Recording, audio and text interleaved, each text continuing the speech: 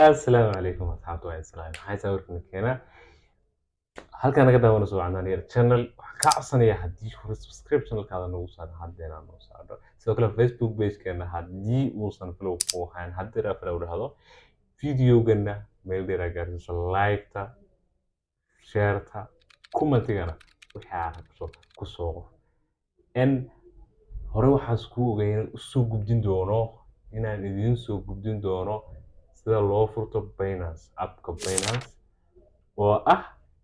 exchange-ga ugu weyn ee mataqaanaa lacagaha lagu rakibo lacagaha digitalka mataqaanaa iyo waxa kala gadanaysa dollarka waxaad ka helaysaa inaad ka gadato bitcoin waxaad ka helaysaa inaad ka gadato cryptocurrency waxaad ka helaysaa inaad ka gadato solana waxaad ka helaysaa inaad ka gadato ethereum iyo dhammaan lacagaha halkaa ku jira memo wax walba oo lacagahaas ku jira horta waxaa jira san abo fara badan oo ka mid yahay Bybit-kii hadda mataqaanaa laga dhici jiray 1.4 bilyan oo saameynta faraha badan ku yeesha caalamka kaas qayb uu ka yahay marka ababka faraha badan isku hawlamayno waxaan aadaynaa Binance oo inta badan Soomaalidu ay isticmaasho abkaas Soomaalidu aad u isticmaasho abka safetygiisu aad u wanaagsan yahay marka waxaan rabaa qaabka ugu fudud oo u samaysan karto inaan halkan kula wadaago waxaan ka codsanayaa YouTube-ka subscribe dhahdo Facebook page-kana follow dhahdo TikTok-ka follow dhahdo address-ka laba jeer ii taabato intaa ka dambe waxaan isla bilaabaynaa videogeena sidan halkan aad ka aragtaan Binance waxaad u furanaysaa hal habka sida halkan uga jeedaan waxaan bilaabanaynaa appka ayaan gelaynaa website-ka ayaan kasoo sameynayaa marka hore ila daawada halkan ayaan WhatsApp ku qoraysaa tusaale Binance ayaad halkan ku qoraysaa kadib waxaad sameynaysaa sign up now baa leedahay saas aad u qoraysaa Binance appkan waa binance.com www.binance.com marka halkaas ka galaysaa kadib waxaan sameynaynaa halkan uu ku soo diray wuxuu ku leeyahay number ama email marka anigu email baan gashanayaa maadaama lambarku xogaa koorka ugu dhibay laakiin lambarka gasho maadaama aad appkaaba la soo degaysaa marka waa caadi laakiin marka WhatsApp gasho Gmail laakiin marka halkan waxaan ku sii qaabka ugu fudud ee aad marka u furi karto marka halkan nimaadno waxaan koorku Gmail-ka ugu diray samaartid marka copy baan ka soo qaadanayaa copy baan soo dhahonayaa koorku halka ay ugu diray kadib paste ma ku dhahayaa paste next waan leeyahay kadib marka waxaan sameynayaa password usmayso ku leeyahay marka password ka adigu baa garanaya marka tan waa phase 1 kadib waxaad sameyn doontaa in maaragtay aad appka la soo degaysa appka marka la soo degto kadibna sidan hadda halkan aan soo gelino kala soo gelinaysa kadibna markaad appka saa ugu soo dhamayso wuxuu ku weydiinayaa in mataqaanaa verified garayso kadib markaa verified garayso ayaad lacag iibsan kartaa marka waxaan ka codsan lahaa in aad saa samayso appka aad la soo degto kadibna aad appka ku samaysato marka hadda passwordkan gelaynaa waa sii gudaynaa saasuu ku soo baxay marka waxaa soo raacay Binance laftirkiisa anigu aan lahaa kan waa kaygii waxaan haddaas la eegaynaa dhammaan lacagaha waxaad ujeedaan BNP waa lacagta mataqaanaa Binance-ga ay leedahay laftirkada Binance baa leh waa 500 iyo waxaad joogtaa qiimahan 83 Bitcoin waa ujeedaan Ethereum waa ujeedaan USDC waa ujeedaan midda kale FOS liraahdo waa ujeedaan FD liraahdo waa ujeedaan middan kale liraahdo Solana is la eegaynaa Solana waxay gaadhay 900 iyo waxaan ka wadaa $95 bis halkaas dabeeqada sanadka hore ay gaadhay 295 hal mar ay waxay mataqaanaa hoos aaday ama ay weyday $200 halka xabo oo Solana marka baashani sidaas ay mataqaanaa u tahay ama xiso u leedahay ama dadku uga faa'iidaan $95 baa laga yaabaa inaad ku jirto inay ku gaadho $290 oo halka xaba ka faa'iidan $200 marka ayna kugu qaadato qiyaastii sanad meelahaas marka Solana wataas waxaan isla eegaynaa tripkan mataqaanaa isla Bitcoin waa dareemi kartaa qiimada 84 kun bay gaadhi macquul waxaas $109 ku dhawaad $110 ku dhawaad halka ay gaadhay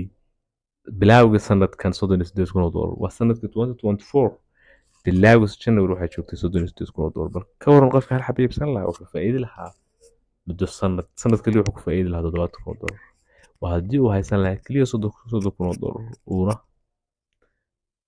u adkeysan lahaa marka lacagahana sidaas weeye ujeedaa bitcoin meeshay timaaday marba waxay timaaday ujeedaa marka dhulkay tegaysaa way kacaysaa marka faa'iidada halkaasaa laga helayaa marka shumacyadaas marka kacana waad faa'iidaysaa buyer waa noqonaysaa marna sell bay ku aadi doontaa hadda marka waxaan isla eegaynaa asxaabta maadaama waqtiga aan soo koobayno qaabka lacagaha mataqaanaa loo soo iibsado ama sababta waxaa newska ama baahitaanka marka waxaan sameynaa anagu hadda waxaan soo eegaynaa qaabka loo soo iibsado lacagaha soo maarta halkan waa trading B2B weeye marka ma garata marka waxaad sameynaysaa waad galaysaa lacagaha lagu kala iibsadaa meeshan lacagta kasoo iibsanaysaa lacagta aad mataqaanaa suuqan ku geli lahayd ku taragelin lahayd halkaas kasoo iibsanaysaa ujeedaa soo ma ujeedaa marka buy baa limitka eegaysa anaga hadda halkan lacagta noogu xiran waa lacagta Uganda dadkan waxay iibinayaan hadda $3,000 oo wax yar dhiman iyo sidoo kale $1,000 oo wax yar dhiman $1,000 oo wax yar dhiman $1,000 lacag sahlan ma aha ujeedaan marka asxaabta waxaan rabay saasaa lacagta xaggan lacagta kasoo iibsanaysaa waa meesha ugu badan dadka lacagta kasoo iibsanaya sell baa leedahay buy baa leedahay marka maadaama hadda waqtiga aan soo koobayno fiiro badan aan kasoo samayn doono waan degdegayn waxaan soo eegaynaa midaan kale buy with Uganda money baa layidhaha haatan ku iibso lacagta Uganda hadda $600 waa $200 oo dhow adiga waa $170 meelahaas qiyaastii laakiin marka waxaa ka dhigayaa $20 $26 camal meelahaas laakiin lacagta wax lagu kala iibsaday ee ugu weyn meeshan oo laftirkeeda mar aan gaar u eegi doono waa lacagtan USDT oo hadda anigu aan ka helayo markaan lacagta waddankan geliyo intaas $14.8 fahmaysaan ku qoran marka wakaas tusaale markaad iibsato USDT intaas kugu dhigmaysaa waa $14.8 marka dollarkana waa $16 ku dhawaad ama $15.8 meelaad marka waa gelaynaa waan eegaynaa okay wata halkaa haddana kusoo baxday intii baa helayaa Samaritan $14.8 USDT lacagta marka ku gadanaysid waxay galaysaa fee waa $950 oo lacagta waddankaana taasoo u dhiganta maybe 0.2 something imaha bantii xooga lacagtuna waa $60,000 oo lacagta waddankaana oo dhiganta $16 meelahaas qiyaastii asxaabta marka waan sii soconaynaa hadda taan dhahno confirm xoogaa waxay qaadanaysaa waqtigeed weli waa ku daynaa confirm baan dhahaynaa dhima leh aan isla eegno marka halkan aanu soo galno saa ujeedaan waa meesha lacagaha labadan mobile baa lacagaha lagu kala dirsadaa waddankan waxaa la kala yidhahdaa Airtel money iyo MTN mobile money marka saas bay labada lacagood waa sahal iyo EFC oo kale marka waxaan eegaynaa mid baan Airtel baan doortay process dheer bay gelaysaa marka iyadana waxaan sameynaynaa waa iska soo gaadinaynaa waxaan kasoo gudbaynaa tripkan saa ujeedaan waxaanu isaga baxaynaa halkan maadaama aanu eegnay lacagaha saa ujeedaan bootaas marka uma baahnid labadaas unbaa kaa badan labada hadda aan soo eegnay tan kale uma baahnid receive pay visa asxaab saa ujeedaan wata halkan waxaad kasoo gelaysaa mobile leedahay waxaadna isla arkaysaa dhammaan waxyaalaha halkan ku saabsan oo dhan academiyad bay ku jirtaa meelaha lacagaha laga qiimeeya ku jirtaa marka halkan baan iska soo gelaynaa marka kusoo laabananaa micnaha newska waatan meeshan waxaa lagu baahiyaa newska lacagta eeda la yidhaahdaa eeda waa gelaynaa micnaha isla jeed baa lagu sameeyey waad ka daba gelaysaa micnaha ama waad aadinta newska qiimeyso habgagaalada waa ka tegaysaa libid way on stop marka okay tan markaa sameynaysaa waa dhammaan newska kan oo kale waa mid xarif weyn wey bitcoin buuna mataqaanaa weliba lacagtu waa bitcoin lacag sahlan ma haddii aad newska markaa isagaa taxliilin ku sameeyey haddii adiga aad ku qanacdo raacsa haddii kalena choice kaga leedahay waad iska daynaysaa marka markasta isku qiimeynaysaa newska lacagaha mataqaanaa inta badan la dalbanayo lacagaha inta lasoo dalbanayo markastoo lacagtana baahigeedu u bato kor bay aadaysaa qalabkeeda minaha u bato marka kacdana waa la iska iibiya hadda tan waa BNB wey marka lacagtan waa lacagta Binance laftirkeeda ah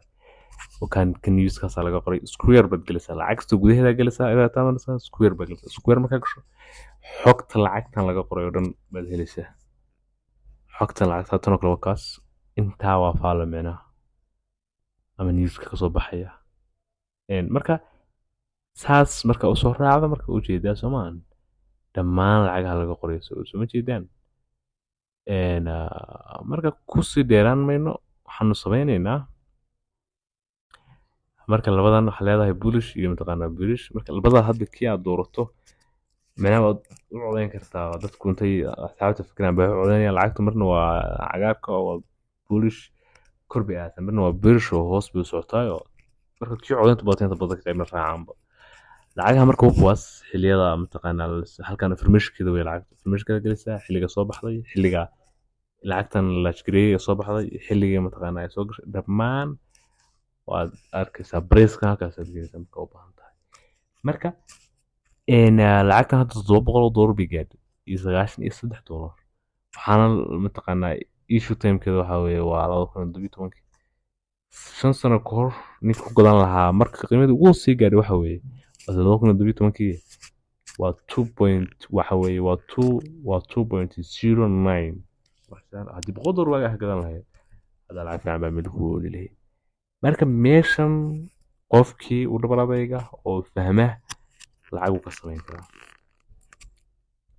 lacag uu ka samayn karaa laakiin waxa weeye muhiimadu in mataqaanaa chaniska fursada hadda halkan oo kale cagaarka kala oo midkan cagaarka laba kala ah cagaarkan tiqda waxa weeye waa bayg weeye dalabaadka lacagta marka wuxuu u socdaa waxa weeye boqolkiiba waa midka ugu badan marka lacagtan dalab kala soo dalbanaya badan ma garata taasaas ku cadeynaysaa marka waxa weeye training data galaysaa marka dhammaan lacagahaas waxaa meesha beeshay bilaa hadda lacagaha new ba galaysaa waa lacagaha cusub dhammaan lacagaha sanadka tan oo kale channel baa yiraahdaa waa lacag had soo baxday waa point 2 joogtaa ka hor saad qaali u tahay lacag badan bay ka qaalisantaa waliba kuwa sanadii hore soo baxay 25 bish afraad bishan hadda aan ku jirno bay soo baxday haddii marka hadda kale laga yaabaa inta 2000